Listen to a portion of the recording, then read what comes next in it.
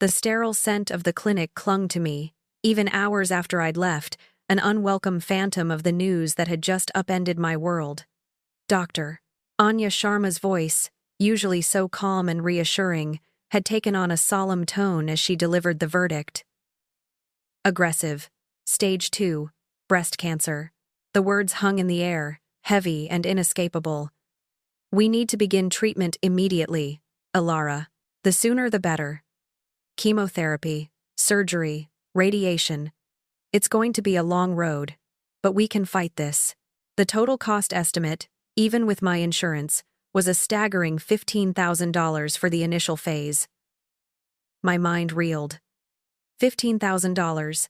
It was a sum I knew I possessed, but the thought of deploying it for such a devastating purpose sent a chill through me deeper than the air conditioning in the examination room.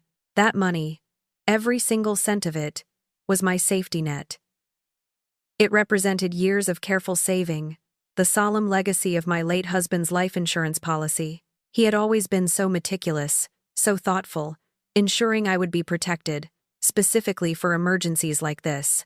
It was an unspoken promise, a sacred trust, that this fund would see me through the darkest times. And now, the darkest time had arrived.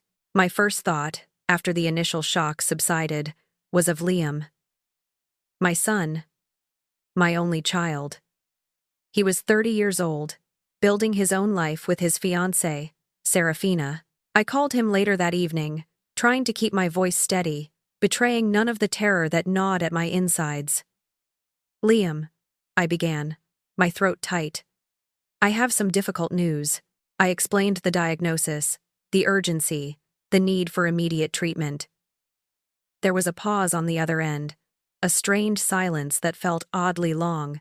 When he finally spoke, his voice was tight, almost distant. Mom, that's terrible.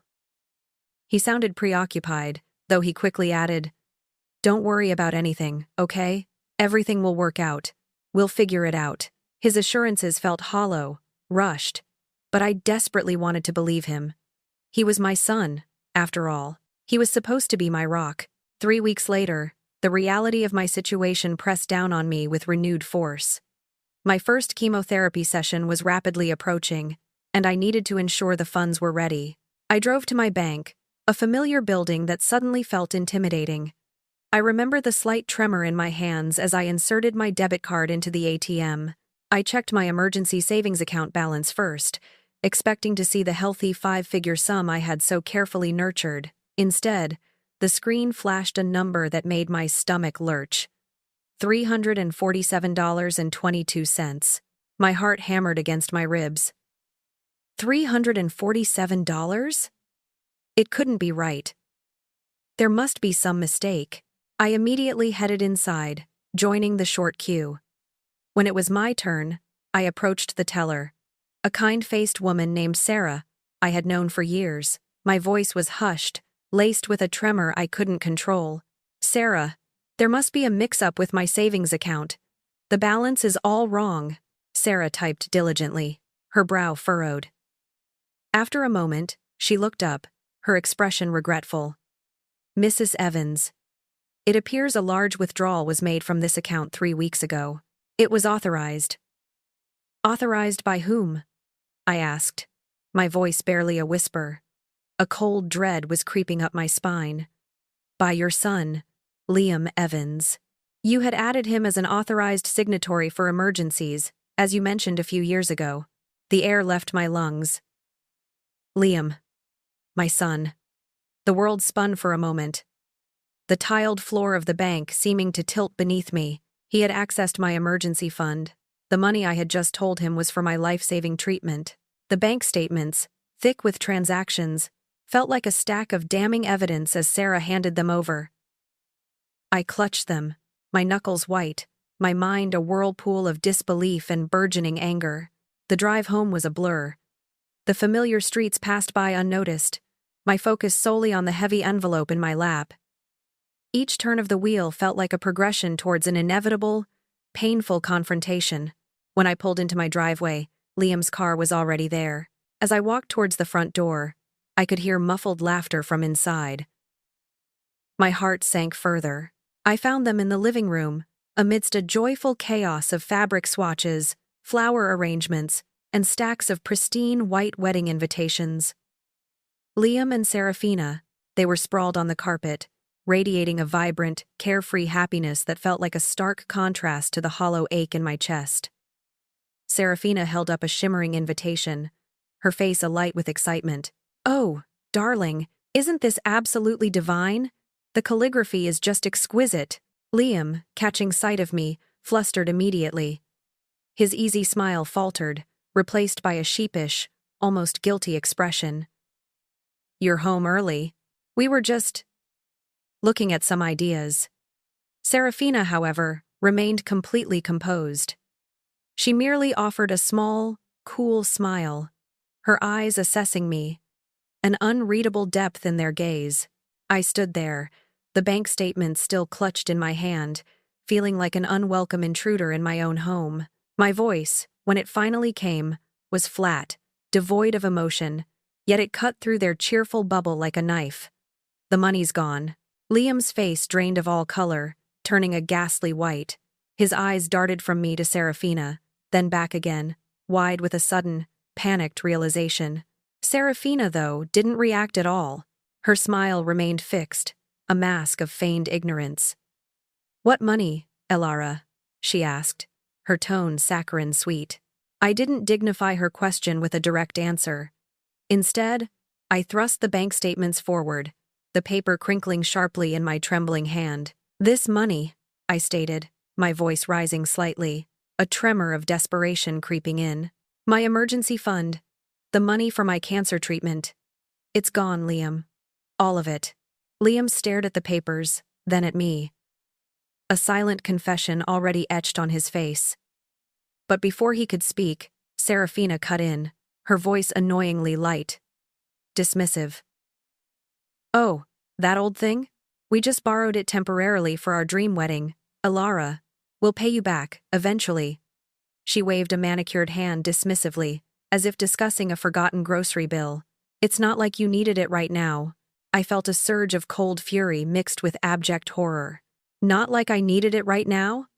I gasped, my voice cracking. "Serafina, my chemotherapy is scheduled for next week. This isn't borrowing a few dollars. This is my life-saving treatment." Liam finally found his voice, a strangled whisper. "Mom, I can explain." He looked at Serafina, a plea in his eyes, but she merely narrowed hers almost imperceptibly, a subtle pressure. He swallowed hard. "The deposits, Mom. They were non-refundable. For the venue, the caterer, Serafina's dress." He trailed off, his gaze fixed on his fiancée, prioritizing her dreams, her demands, over my very existence. The realization was a bitter pill to swallow. My son, my flesh and blood, was choosing a wedding party over his own mother's life. Serafina, seeing her victory, leaned forward, a triumphant glint in her eyes. "Honestly, Elara, you're being a little dramatic. It's just cancer. You're strong. You'll be fine. Liam and we have our whole lives ahead of us. This wedding is important for our future. You understand?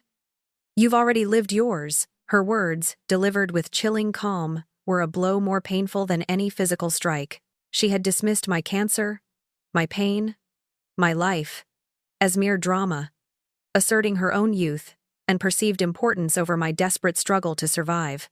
The words hung in the air, sharp and unforgiving. "You've already lived yours." Serafina's casual dismissal of my life, my illness, resonated with a chilling finality. Liam stood frozen, his face still pale, caught between his fiancée's callous disregard and my shattered reality. But in that moment, something shifted within me. The despair, the hurt, the betrayal began to crystallize into a cold, hard resolve. This was my home, my sanctuary, and they had defiled it. "Get out," I said, my voice low, dangerously calm. It was not a plea, but an order. "Get out of my house, both of you." Liam finally stirred, looking devastated.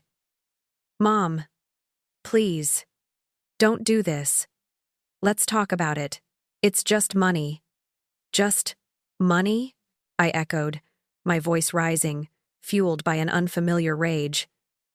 It's my life, Liam. Your father's legacy?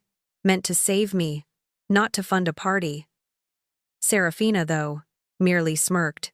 As Liam fumbled for an apology, she moved with deliberate grace, sweeping up the scattered wedding invitations, gathering them into a neat pile. Her movements were defiant, a silent assertion that these invitations, this wedding, were far more important than anything I had to say. She met my gaze, a flicker of triumph in her eyes, before turning to leave. Liam, after one last desperate, pleading look, followed her out, his shoulders slumped. The front door clicked shut, leaving me in the echoing silence of my own home, truly alone. The immediate aftermath was a suffocating blanket of despair. I sat on the sofa, the same sofa where I had shared so many cherished memories with my late husband, where I had watched Liam grow from a boy to a man. Now, it felt like a cold, empty space. I had cancer, aggressive stage 2, and I had no money to fight it. My son, my only son, had betrayed me in the cruelest possible way, aided and abetted by the woman he had chosen to marry. The tears came then, hot and stinging, a torrent of grief for my lost husband, for my fractured family, for the uncertain future that stretched before me. But amidst the sorrow, a tiny ember of something else began to glow, a flicker of indignation, a spark of defiance. They wouldn't win. I wouldn't let them. This wasn't just about money anymore. It was about dignity, about survival, about reclaiming what was rightfully mine. The fight began with a desperate scramble. My oncology team had outlined the optimal treatment protocol, but it was contingent on immediate payment. I went back to Dr. Sharma, my pride swallowed, explaining my financial predicament. She was understanding, her compassion a balm to my raw nerves, and together we mapped out a revised plan, a less aggressive, less effective chemotherapy protocol, stretched out over a longer period, with payment installments I could barely afford. It was a compromise, a gamble, but it was all I had. To gather even the meager funds needed for the initial payments, I began selling off my possessions. First, my jewelry. Each piece held a memory. The pearl necklace my husband gave me on our 10th anniversary, the diamond earrings he bought when Liam was born, and then, with a profound sense of loss, my wedding ring. The gold band, once a symbol of eternal love and commitment, now represented a lifeline, a chance to buy myself more time. The pawn shop owner was kind, almost too kind, his sympathetic gaze reflecting the painful reality of my situation. Later, when that wasn't enough, I sold my car, a reliable sedan that had carried me through countless errands, road trips, and family visits. Now, its absence meant reliance on public transport, a stark reminder of my dwindling resources. My first chemotherapy session was a sobering experience. The oncology ward was a microcosm of human vulnerability and resilience. Patients sat in recliner chairs, IV drips slowly infusing the potent chemicals into their veins. Many were surrounded by loved ones, husbands holding hands, daughters offering comforting words, sons bringing snacks and books. I sat alone, a stark figure in the midst of supportive families, the quiet hum of the machines and the hushed conversations amplifying my solitude. Nurse Brenda, a warm, efficient woman with kind eyes, noticed my isolation. "Elara," she murmured during one of her rounds, her voice gentle. "You don't have anyone who can come with you?" I just shook my head, managing a weak smile.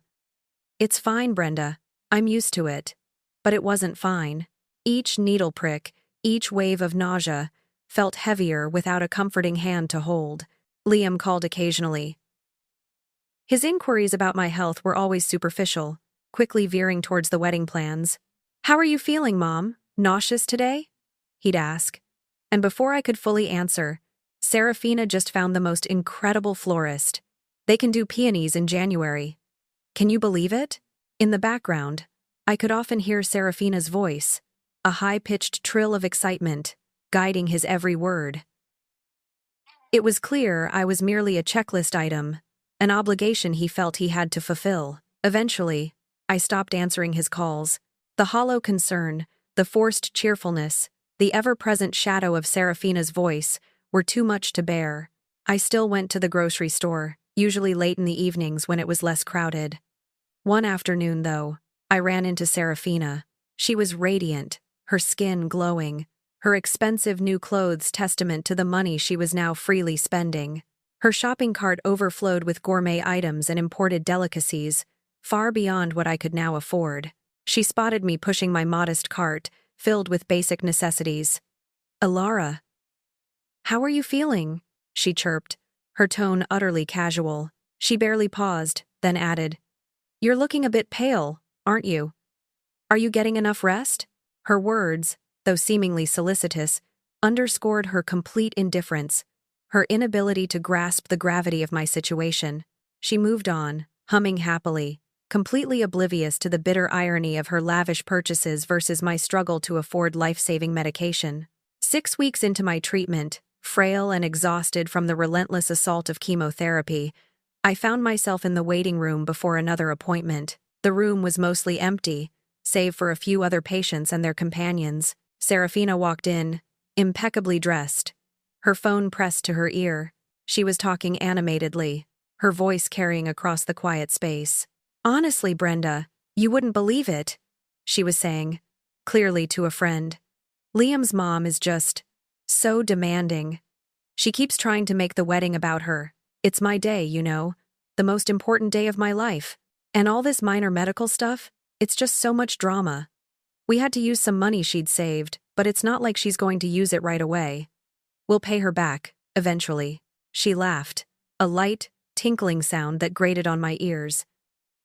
"She just needs to understand that my wedding is the priority right now." My blood ran cold. Minor medical stuff. My cancer. My battle for survival. It was all just drama to her. Nurse Brenda, who happened to be passing by, paused, her gaze resting on me with a worried frown. She didn't say anything, but her silent sympathy was a stark contrast to Serafina's callousness. I could feel the familiar ache in my chest, the burning sting behind my eyes, but this time, it was different. It wasn't just hurt. It was a hardening resolve. Serafina Roberts thought she was untouchable. She thought she could take everything from me and get away with it. She thought wrong. That afternoon, instead of going straight home, I took a detour. I walked into a discreet office building downtown and asked for Arthur Finch, private investigator. He was a man with shrewd eyes and a no-nonsense demeanor. "I need to know everything," I told him, my voice steady, my determination unwavering. Everything there is to know about Serafina Roberts. The heavy porcelain of my grandmother's china set felt cold and fragile as I packed it. Each delicate teacup, each painted plate, held generations of memories, of family gatherings and celebrations. Now, they were merely collateral, sacrificed to fund a desperate quest for truth. The money from their sale, a paltry sum compared to their sentimental value, was still enough to pay Arthur Finch's initial retainer. I laid the cash on his polished desk, a gesture that felt both stark and determined. "I need everything," I told him, my voice unwavering, betraying none of the internal turmoil.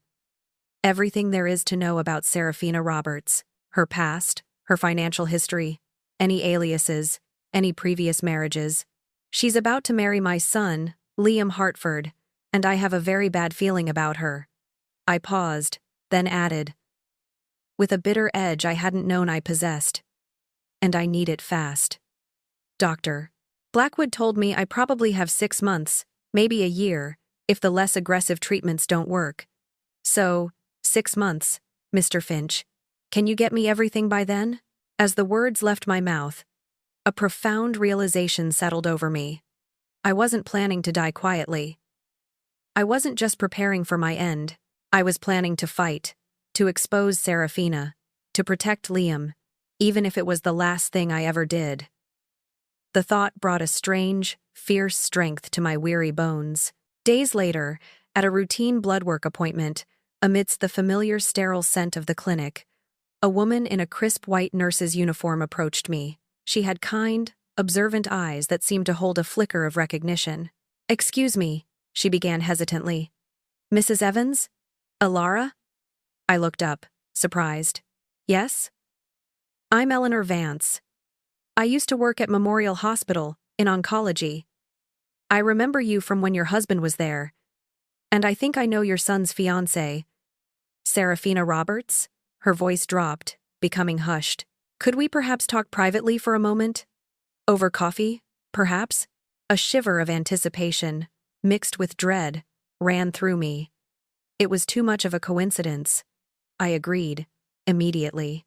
Over lukewarm coffee at a small cafe near the clinic, Eleanor began to speak, her voice low and earnest. I knew her when her name was Michelle Collins, she revealed, watching my reaction carefully. About 3 years ago, she was married to a young man named Ethan Thorne. He was one of our patients at Memorial. He had an aggressive brain tumor, a really sweet, promising young man. Eleanor sighed, a deep, sad sound. Michelle was with him constantly at first, very supportive. She put on a wonderful show for his family. She'd talk about how they were going to fight it together, how much she loved him. My blood ran cold. This was eerily familiar. Ethan needed expensive experimental treatments, and his family poured everything into it, Eleanor continued. Insurance, their savings, even some of his own trust fund. Michelle was right there, urging them on, always asking about the finances. But then, when his family's money ran out and the insurance hit its cap, Michelle, she changed. She became distant. And then, she filed for divorce. Eleanor paused, her eyes meeting mine, full of sorrow. Ethan died alone, 6 weeks after she left him. She never even visited him once after the papers were served. My mind reeled, trying to process the horrifying parallel to my own situation. Eleanor then pulled out her phone, showing me a faded social media photo. It was Serafina, but younger, with a different haircut, smiling brightly next to a handsome, slightly gaunt young man. They were dressed in wedding attire, surrounded by flowers. The caption read, "Fighting cancer together. My brave Ethan." The hypocrisy was sickening. After Ethan's death, she vanished, Eleanor said, putting her phone away. I heard she moved to Phoenix. And then, a few months ago, a former colleague called me. She'd seen Michelle, or rather, Serafina Roberts, with another man, another wealthy man, another man battling a serious illness. The pattern, Mrs. Evans, it's just too similar. A cold, heavy stone settled in my gut. Serafina was a predator. A calculated, heartless opportunist who preyed on the sick and vulnerable. My son was her next target. The shock was profound, but beneath it, a desperate fear began to grow. Liam, he was so smitten, so blind to her true nature. Would he ever believe me without undeniable proof? This wasn't just Eleanor's story. It needed to be concrete, irrefutable. That evening, I called Arthur Finch. My voice was tight with urgency. Mr. Finch, I need you to expand the investigation. Everything. Marriage records, divorce papers, financial records, everything. Across multiple states if necessary. I need dates, addresses, everything legally documented. He listened patiently, then gave me his assessment. That kind of deep dive, across jurisdictions, will be considerably more expensive. Mrs. Evans, we're looking at around $5,000 for a comprehensive report. $5,000. My remaining funds were practically non-existent, but the image of Ethan Thorne, dying alone, flashed through my mind. I couldn't let that happen to Liam. I wouldn't. This wasn't just about me anymore. It was about protecting my son from a woman who would destroy him. I thought of my mother's diamond necklace, a beautiful heirloom passed down through generations, meant for my future daughter-in-law. I had always envisioned presenting it to Liam's wife on their wedding day, a symbol of acceptance and welcome into our family. The irony was bitter, almost unbearable. But there was no question now. The necklace went to the pawn shop the next morning, fetching $6,500. It was more than enough to cover Arthur Finch's fee and leave a little extra for my own meager expenses. The pain of parting with it was intense, but the conviction that I was doing the right thing, the only thing, hardened my resolve. 5 days later, the phone rang. It was Arthur Finch. His voice was unusually grave. "Mrs. Evans," he said, "I have some preliminary findings. I think you need to come into the office to see them in person. It's quite a lot." The urgency in his tone confirmed my worst fears, and a terrifying sense of anticipation gripped me. The truth was about to be laid bare. Arthur Finch's office was quiet. The only sound, the rustle of papers as he meticulously laid out his findings across the large oak desk. The air in the room felt thick with unspoken implications. My heart pounded a frantic rhythm against my ribs as I looked at the array of documents. Marriage certificates, divorce decrees, bank statements, and grainy photographs. "Mrs. Evans," Arthur began, his voice devoid of emotion. "Serafina Roberts is not who she claims to be. Not by a long shot. And her real name isn't even Serafina Roberts. It's Michelle Collins, as your contact, Eleanor Vance, suspected." He pointed to the first document, a marriage certificate from a small town in California. Her first marriage, under the name Michelle Collins, was to a Daniel Hayes. He was 21, diagnosed with aggressive testicular cancer. The marriage lasted 6 months, precisely until his treatment money and his family's savings ran dry. He died a few weeks after she filed for divorce. A chill snaked its way down my spine. The pattern was horrifyingly consistent. He moved to the next set of papers. Then, as Eleanor Vance described, came Ethan Thorne. Same M.O. Young, sick, with significant assets and insurance. She stayed until the well was dry, divorced him, and he passed shortly after. The third set of documents was from Phoenix. "Richard Garcia," Arthur stated, his finger tracing a name on a death certificate.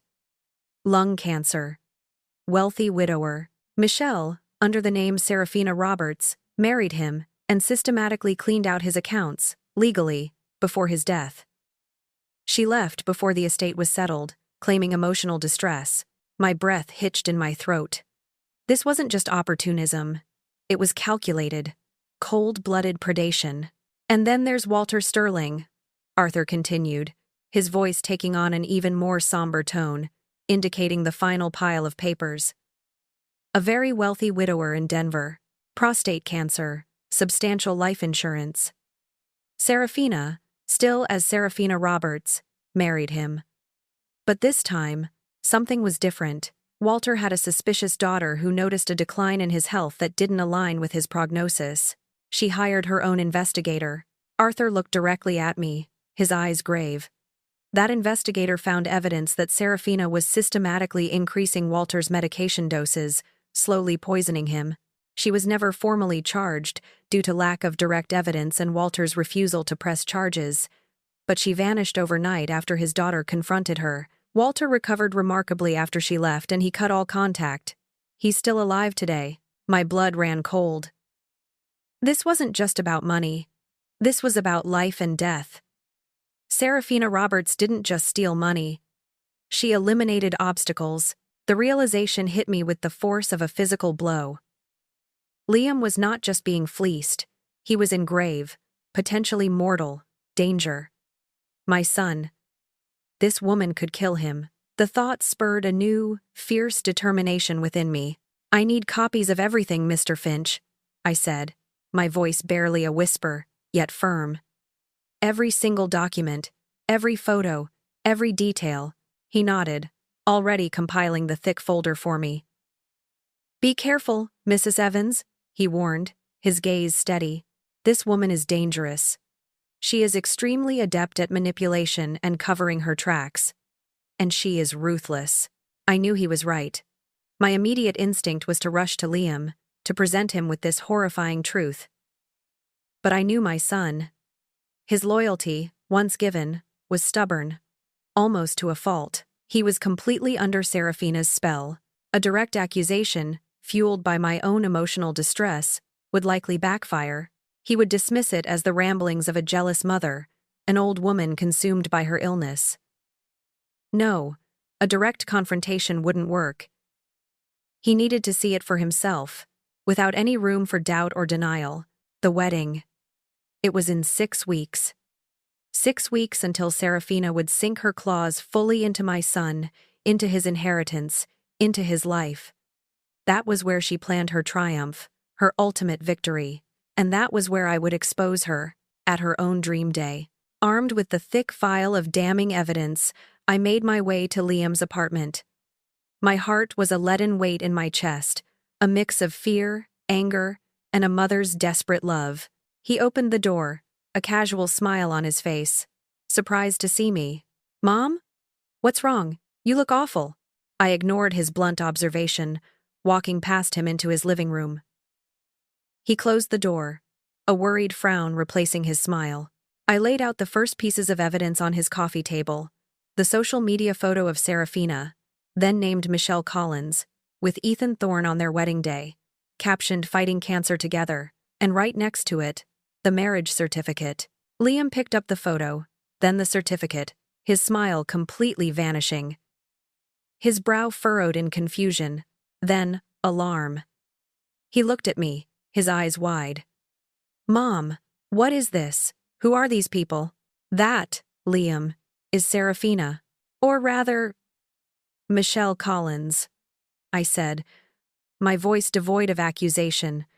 Just cold, hard fact. "She told you she'd never been married, didn't she?" He swallowed hard, his face visibly shaken. Yes, she did. She said she was focused on her career, that she hadn't found the right person until me. This has to be a mistake. A different Michelle Collins, maybe? There are lots of them. He tried to hand the papers back to me, as if by dismissing them, they would cease to exist. I shook my head, my resolve steeling me against his denial. Calmly, deliberately, I pulled out more documents. The divorce papers from Daniel Hayes, his death certificate, then the records from Richard Garcia, and finally, the Denver police report regarding Walter Sterling. I laid them all out, a timeline of deceit and calculated cruelty.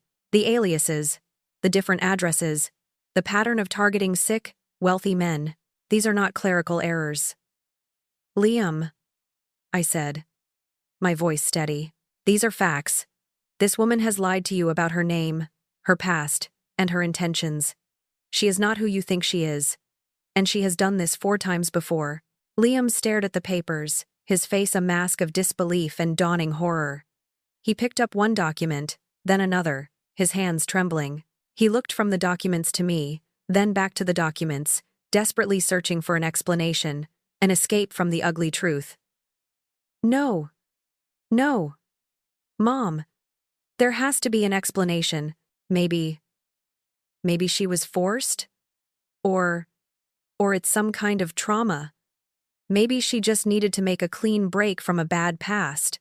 His voice was hoarse, a desperate plea to reconcile the woman he loved with the monstrous portrait the documents painted.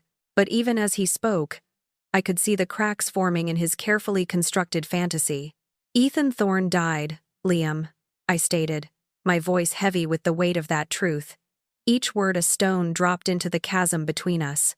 He died because he couldn't afford the treatments that might have saved him after Serafina emptied his family's resources. Just like I am struggling now, desperately trying to pay for my own life-saving treatment because Serafina stole my emergency fund.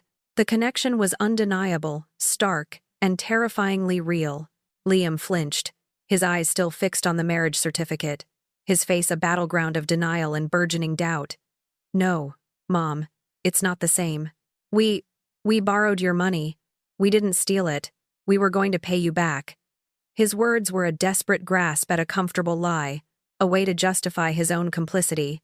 I shook my head slowly, retrieving another set of documents from the folder. "Liam, look at these. These are financial records from Ethan Thorne's accounts, from Richard Garcia's. A pattern of steady depletion, followed by sudden, complete disappearance of funds, always coinciding with Serafina's departure. It's not borrowing, Liam.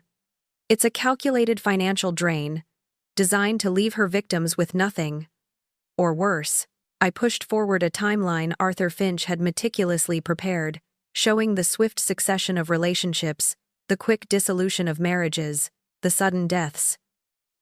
"She moves fast, Liam," She doesn't waste time. She finds her target, extracts everything she can, and then she vanishes, leaving a trail of devastation. He ran a hand through his hair, a nervous gesture. But she told me she's changed. She said she had a rough past, but she's different now. She loves me. She wouldn't do this to me, Mom. His voice was raw, a desperate plea for me to confirm his belief, to tell him that the woman he was so utterly infatuated with was not the monster these papers painted her to be. He wanted to believe her so badly, I could practically feel his internal struggle. Liam, I urged, my voice firm. Don't you see? This is who she is. This is her pattern.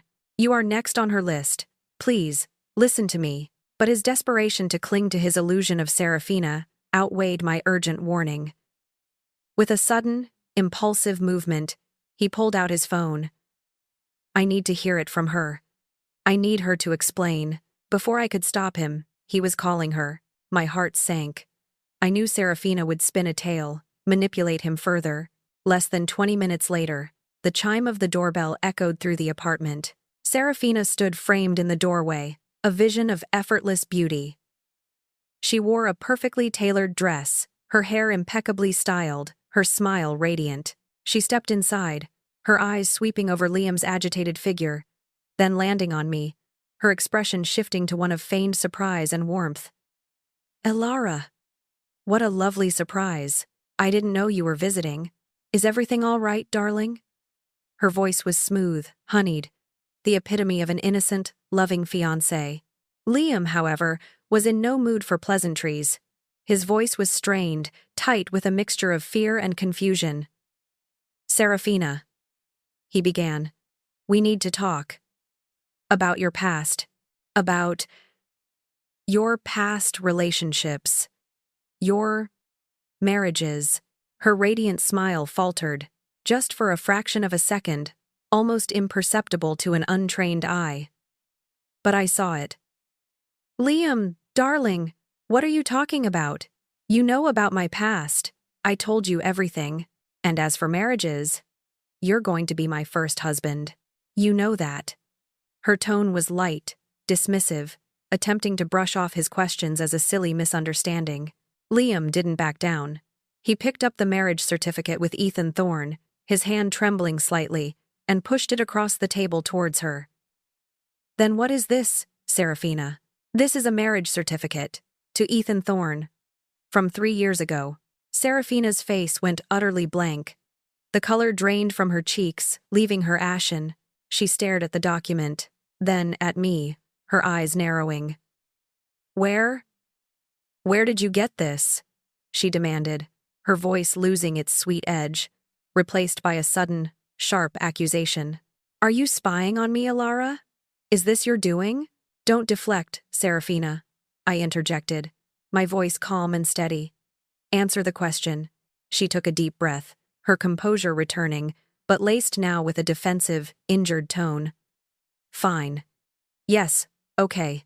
Ethan. He was a mistake. It was a very difficult time. I was so naive. He was sick, and I thought I could help him. But it was too much. I panicked. I was ashamed, and I never wanted to speak of it again. She looked at Liam, her eyes wide and glistening, perfectly mimicking vulnerability. I was going to tell you, Liam. Eventually. When the time was right. I just didn't want to lose you. Liam looked at her, then at me, torn. He wanted to believe her sob story. He wanted to forgive her.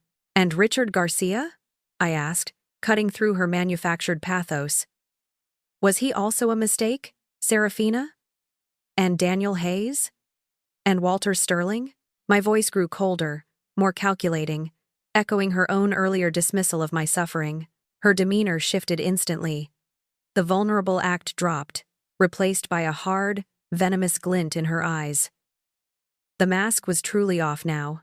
I systematically laid out the remaining documents: Richard Garcia's death certificate and financial records, Daniel Hayes's marriage and divorce papers, and finally, the damning report concerning Walter Sterling. Each document landed on the table with a soft thud, a stark indictment of her monstrous pattern. "These aren't mistakes, Serafina," I stated, my voice resonating with cold fury. "This is a meticulously crafted plan.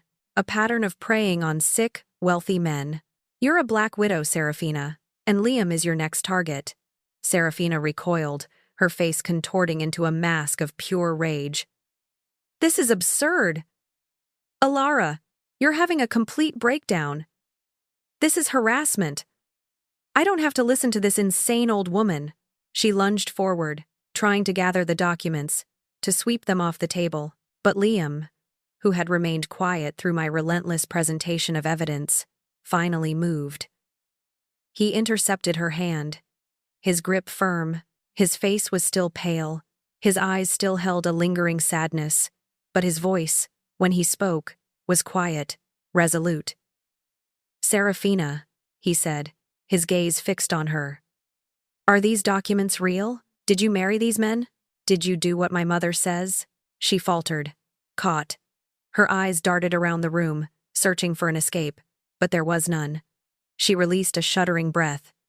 "Yes," she whispered, her voice barely audible. "Okay, yes. I married them. But it wasn't like that, Liam. I was a different person then. Lost. Confused. I was just trying to survive. I did what I had to do." She tried to take his hand, to appeal to him, but he pulled away. The illusion had shattered. "Those were different, Liam," Serafina insisted, her voice still laced with a desperate plea, though the underlying aggression was barely contained. "Those were relationships of desperation, not love. Our love is real." She tried to take his hand again, her eyes wide with a carefully constructed innocence. "Different?" I challenged, my voice cutting through her performance. "It looks like the exact same pattern to me, Serafina. Marrying men with money, spending their savings, and then leaving them when the money runs out, or when they become too inconvenient. Or worse, when they start to get in the way." I let the implication of Walter Sterling hang in the air between us. Her carefully constructed facade finally shattered. Her eyes, usually so calculating, blazed with unfiltered fury. She pulled her hand away from Liam, her voice rising in pitch and volume. "Oh, you want to talk about money, Alara? Let's talk about it. You willingly gave us that money. You wanted to contribute to our happiness. You said it yourself." My jaw dropped.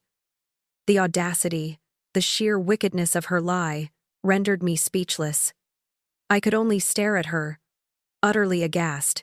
Serafina, seizing my stunned silence as an opportunity, continued her vicious fabrication, looking directly at Liam. "She told me, Liam, she said she'd rather see the money go to something beautiful and meaningful, something that would bring us joy, than waste it on medical bills for someone who's going to die anyway." Her voice was shrill, laced with a triumphant cruelty. "She said she was practically on her deathbed, and this wedding would be her last gift to you." The lie was so grotesque, so utterly contrary to everything I believed and everything I had said, that for a moment, I couldn't breathe. My mind reeled, trying to process the depths of her depravity. I looked at Liam, expecting to see outrage, fierce denial, but instead, I saw a flicker of doubt in his eyes. He wavered, caught between her convincing, dramatic performance and the cold, hard evidence I had presented. The realization that he might actually believe her, even for a second, was more devastating than any physical blow. Serafina, sensing the momentary shift in Liam's resolve, seized her chance for a dramatic exit. She gathered her purse, her movements sharp and deliberate. "I can't stand this, Liam," she declared, her voice filled with injured pride. "Your mother is poisoning you against me. Call me when you're ready to discuss things rationally, without her vicious attacks." She turned to leave, but paused at the door, her eyes fixed on me, cold and full of hatred. "And Alara, don't you dare blame me for your cancer, or for destroying Liam's happiness. You did that all on your own." With that final, cutting remark, she slammed the door shut, leaving an echoing silence in her wake. Liam and I stood in that silence, the air thick with unspoken accusations and raw emotion. He finally turned to me, his eyes clouded with confusion and a nascent suspicion. "Mom," he asked, his voice barely a whisper. Did you really say those things? About the money? About wanting it for the wedding because you were on your deathbed?" My heart shattered all over again. The doubt in his voice, the uncertainty in his gaze, terrified me more than any cancer diagnosis ever could. He actually believed her, at least partially. "No, Liam," I said, my voice choked with emotion. "No. I would never say something so cruel. You know that. I was fighting for my life. I still am. That money was my only chance." But even as I spoke, I could see his struggle, his desperate need to reconcile the Serafina he loved with the monster I had just exposed. His belief in her, even after everything, was a fortress I couldn't breach. 3 weeks of agonizing silence followed that confrontation. It was worse than any argument, any outright conflict. It was a chasm, a void where my son used to be. My calls went unanswered, my texts unread. The wedding, just weeks away, loomed like an inescapable storm cloud. During this time, my chemotherapy finished. I dragged myself through the last sessions, the memory of Serafina's words fueling a grim resolve. Dr. Blackwood, reviewing my scans, was cautiously optimistic. "Your body has responded well to the treatment, Alara," she said, her smile gentle. "The tumor has shrunk significantly. We'll continue monitoring, of course. But this is good news." It was good news, indeed. A small victory in a battle that still raged on multiple fronts. As I left my final chemo session, Nurse Brenda stopped me. She held out a small, intricately carved wooden butterfly, attached to a delicate silver chain. "For you, Alara," she said, her eyes warm. "Butterflies symbolize transformation, new beginnings. You're a fighter." I accepted it, a lump in my throat. The small, beautiful gift, a reminder that even in my darkest hours, there was still kindness in the world. Then, a few days before the wedding, an envelope arrived. It was a wedding invitation, belated and slightly crumpled, but addressed to me. Inside, tucked amongst the fancy cardstock, was a small handwritten note from Liam. His plea, simple and direct, stirred something deep within me. He needed me. I decided then and there. I would go. Not as a guest, but as a presence. A dignified, unwavering presence. I pulled out my mother's dress. A beautiful, deep sapphire silk that had always made me feel elegant and strong. I paired it with my father's pearls, a string of lustrous white beads that had been a gift to my mother on their wedding day. They felt cool and heavy against my skin, grounding me. The wedding venue, the opulent Riverside Country Club, was a vision of fairy tale extravagance. Every detail, from the cascading floral arrangements to the crystal chandeliers, screamed lavish expense. I recognized the flowers, the peonies Serafina had gushed about, paid for with my stolen money. I walked in, head held high, and took a seat at the very back, a quiet observer. The air was thick with the scent of lilies and celebration, a stark contrast to the grim reality I carried within me. I watched as guests filled the room, heard the buzz of excited chatter, and I steeled myself. This was Serafina's stage. And soon, it would be mine. The ceremony unfolded in a blur of white lace, flickering candlelight, and hushed reverence. Serafina was a vision, radiant in her elaborate gown, her smile bright and triumphant. Beside her, Liam stood stiffly, a forced smile playing on his lips, his eyes carrying a hint of the tension I knew was coiling within him. He looked like a man performing a role, not living a dream. The vows, delivered with solemnity by the officiant, grated on my ears, in sickness and in health. The cruel irony of Serafina repeating those words, knowing her history, was almost unbearable. I watched from the back, a silent, dignified sentinel, my heart a complex mix of dread and resolute purpose. As the reception began, a symphony of clinking glasses, laughter, and a live string quartet, Liam finally approached me. He moved through the throng of well-wishers, his gaze finding mine. "Mom," he said, his voice quiet, almost subdued amidst the merriment. "Thank you for coming. It means a lot." He looked around awkwardly. "Things have been complicated." I merely nodded, letting him speak. He took a deep breath. "I've thought a lot about what you said, about the things you showed me." He paused, avoiding my eyes, and I believe Serafina's explanations. She told me she was in a bad place, that she was lost and confused. "People deserve second chances, Mom. She's changed." My heart sank, but I kept my expression neutral. "Did you verify any of her explanations, Liam?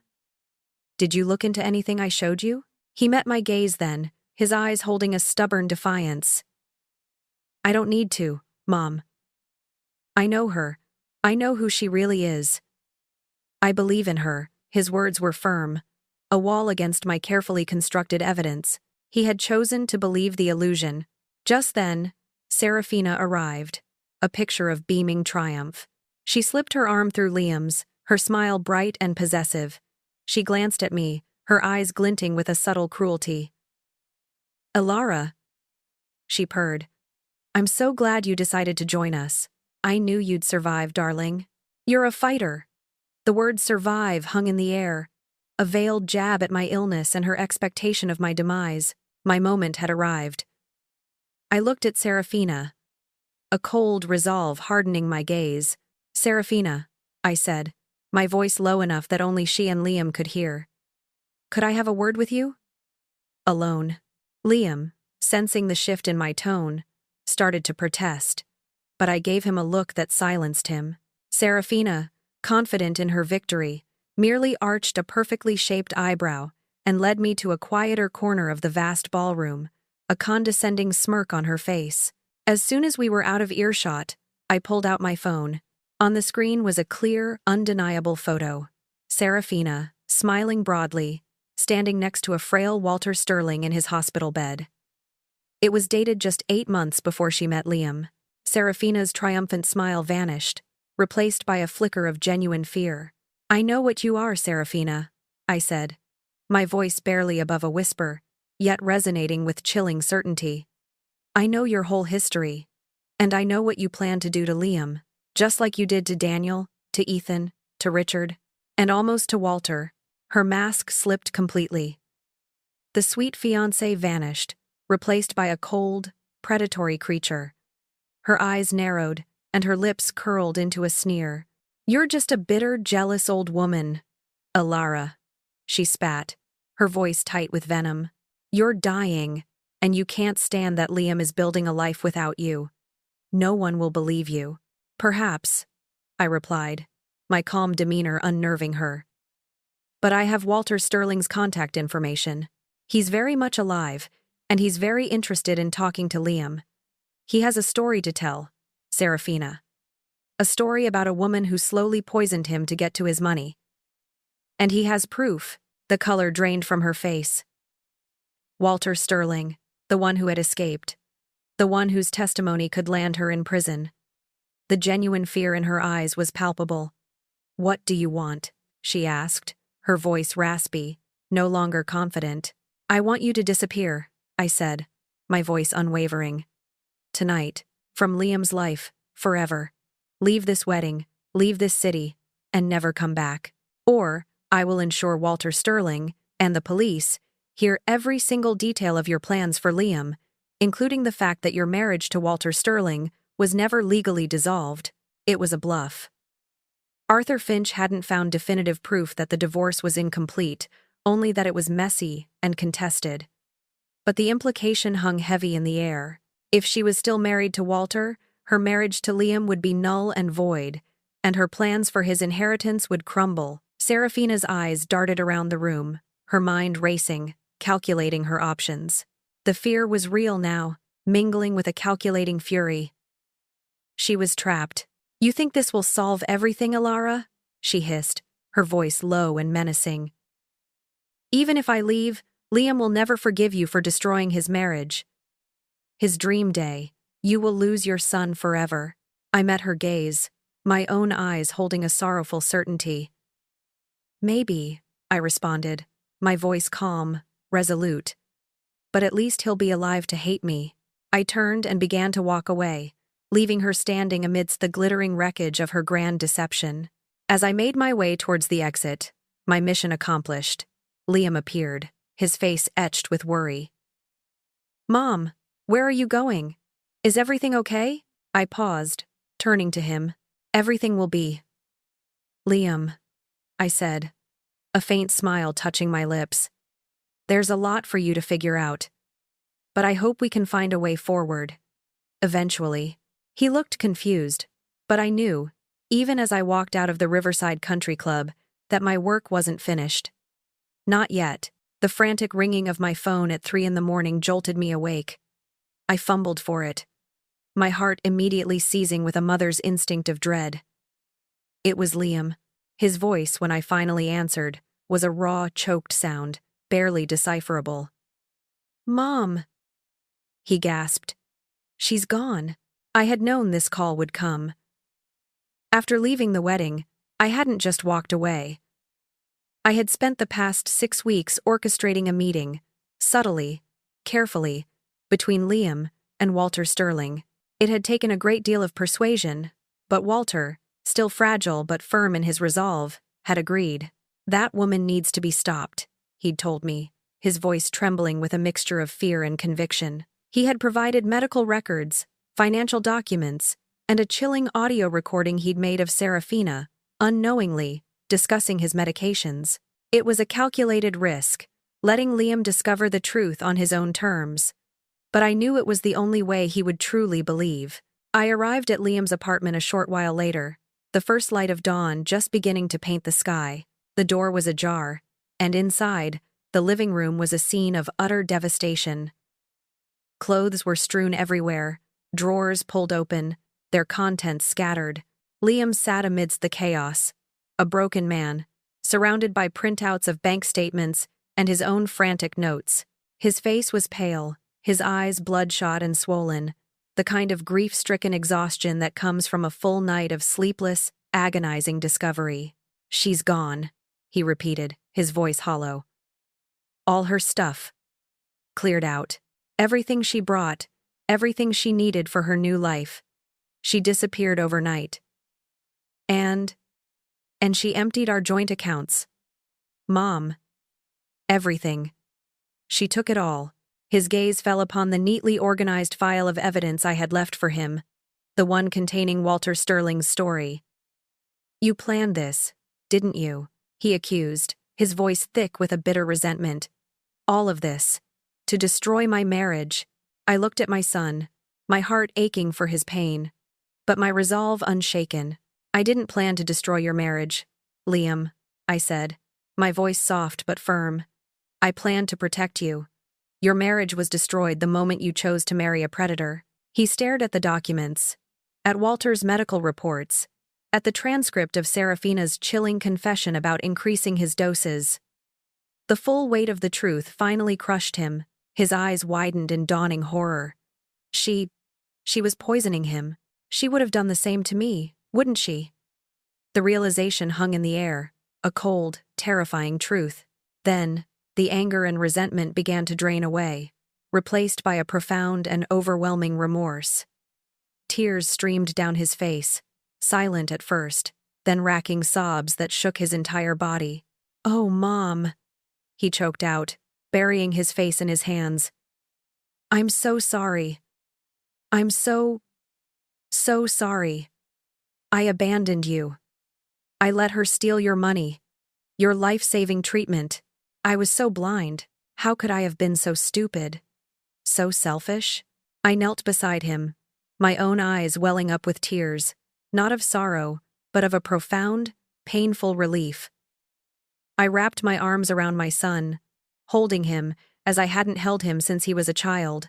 "Love isn't a transaction, Liam," I whispered, stroking his hair. "It's not something you earn or something you lose when you make mistakes. I loved you then, and I love you now. I loved you because you were mine, and I was never going to let her hurt you." He clung to me, his sobs raw and uncontrolled. "What do I do, Mom? What do I do now?" I held him tighter. "You learn from it, Liam. You heal. And then, you help us stop her. For everyone else she would have hurt." With Liam's full cooperation, and the crucial evidence provided by Walter Sterling, we began to build a formidable case against Serafina. Walter Sterling's nephew, Detective Sterling, a sharp and dedicated investigator, took a personal interest in the case, determined to see justice served for his uncle and the other victims. They swiftly froze the fraudulent accounts Serafina had meticulously set up, cutting off her financial lifelines. The investigation, bolstered by Liam's testimony and Arthur Finch's extensive research, uncovered the full, horrifying scope of Serafina's history. She wasn't just a serial opportunist, she was a serial predator. 6 marriages in 8 years, a pattern of escalating violence and calculated exploitation. 2 men dead under suspicious circumstances, 3 saved only by timely family intervention. Detective Sterling explained how Serafina specifically targeted vulnerable, wealthy men, often those isolated from their families or with complex medical conditions that made her manipulations easier to mask. Liam, in his infatuation and his own recent distance from me due to Serafina's influence, had fit her profile perfectly. 3 months later, the call came. Serafina Roberts, alias Michelle Collins, was arrested in Miami, attempting to ensnare yet another unsuspecting widower. Justice, slow and arduous, was finally beginning to turn its wheels. The journey of healing for Liam and me was long and winding. There were countless conversations, raw and honest, filled with apologies and forgiveness. We had to rebuild trust, brick by painful brick. But we did it. My own health, bolstered by the less aggressive but ultimately effective treatment, continued to improve. Dr. Blackwood officially declared me in remission 6 months after Serafina's arrest. Liam, humbled and determined to atone, dedicated himself to volunteering at a local charity that helped victims of fraud and financial abuse. Using his painful experience to guide others, we found a new peace in our renewed relationship, a stronger, more resilient bond forged in the crucible of betrayal and survival. It was a peace hard won, but profoundly cherished.